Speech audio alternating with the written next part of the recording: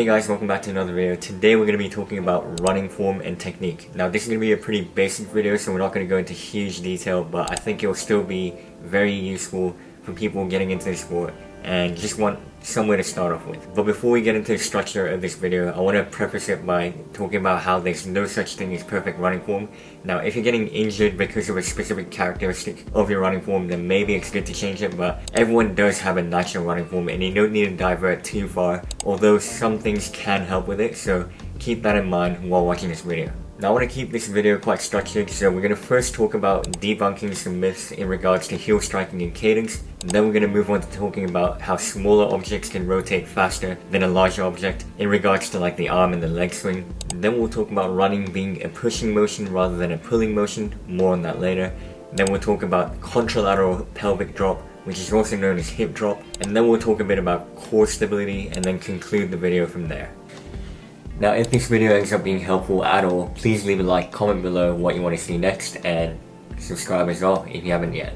Now I'd love to start off this video by debunking some myths in regards to heel striking and cadence. Everyone thinks that heel striking is a bad thing, but in reality it's not heel striking itself, but overstriding, which is associated with heel striking. It's hard to land in front of your center of mass and not heel strike, which is why heel striking can be confused with overstriding, but overstriding is where your foot lands in front of your body and therefore the braking force or the ground reaction force goes up the leg and therefore adds a bit more force into your joints. So inherently there's actually nothing wrong with heel striking, especially in my opinion. I heel strike and run about 110 kilometers a week and haven't really had major issues with my knee joint deteriorating or anything like that. So my foot strike can change depending on what I'm doing.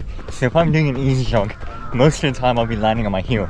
But if I'm doing like an interval training session where I'm going a lot quicker, I can be on my toes for a lot of that. So it does depend on how fast you're running, and it's all relative. And I know that forefoot striking is glorified sometimes, but in reality it's actually good to be able to vary your foot strike between different runs, because with varying foot strikes, just like wearing different shoes, you're going to work different muscles.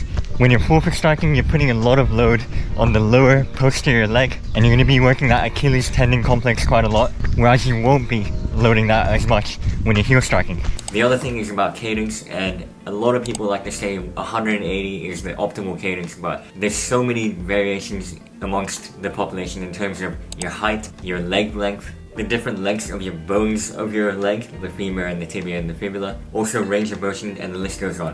So there's no point getting a magic number from the internet and then following it, because that's not personalized and it might not be for you. So the optimal cadence is different for everyone, but the important thing to know about cadence is that you can shift the load to different parts of the leg depending on it. So whatever your natural cadence is, if you go slightly higher than that, you can actually move the load more to the foot and the ankle, whereas if you have a slightly lower cadence, you can load up the knee and the hip more. So if you are getting injured a lot in the ankle, maybe experiment with a lower cadence and see if that helps out. And if you're getting a lot of niggles in the knee and the hip, experiment with a higher cadence, because that can work your ankle and foot more. Now the next part of this video talks about how smaller objects rotate faster than a larger object. This is known as the conservation of angular momentum, and how we can apply this to our running is by looking at the arms and the legs. So when you bend your elbows, you're creating a smaller object compared to an extended elbow, and therefore it's going to be much easier to quickly move your arms.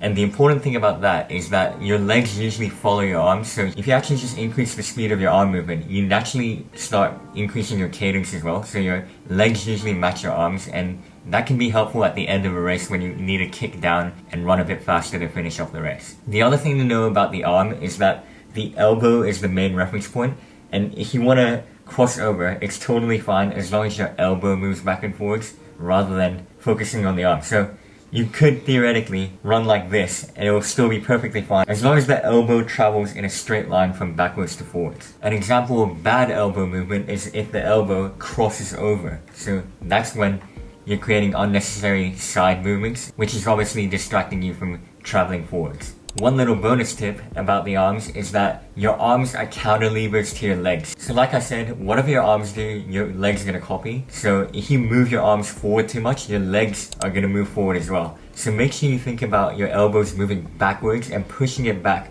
so that your legs will push back and push you forward as well. And now moving on to the leg. When your legs are in the swing phase, it helps to lift your heels closer to your butt because that creates a smaller object as well, which will make your legs travel and rotate faster forward and then help you land quicker. Obviously, especially in a race, it is beneficial to have a higher cadence because if you want to run faster, you either need to increase your step count or your cadence or your stride length. And obviously, we don't want to overstride too much, and that's why cadence can be an important factor, especially when you're racing. So much like the mitochondria being the powerhouse of the cell, the glute muscles are the powerhouse of your running form and technique.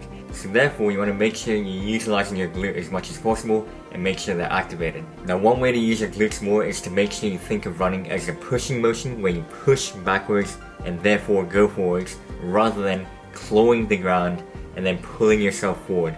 A lot of people that go on the treadmill a lot, because of the moving belt, feel like running becomes a pulling motion, and I think that's one downside of the treadmill because it changes your perspective on what running actually is. And when you're clawing the ground forward, you're using the hamstring a bit more, whereas if you're pushing forward from behind, you actually just end up using your glute more. So in short, try and think of it as your running happens behind the body and not in front. So push backwards and therefore go forwards. And now we're going to talk about contralateral hip drop or pelvic drop. Now this is when your non-weight bearing leg drops a little bit closer to the ground and therefore it looks uneven when you're on one leg, on the stance phase of gait. There's not much studies to indicate that, this contralateral hip drop is caused by a lack of strength, although it does make sense in my head, and I feel like strength training is good regardless, so I think you should do it all the time anyway. But like I said, there's limited research, but there's one study on like 20 females where they were tested over a 6-month period where they had to go through a hip adduction, hip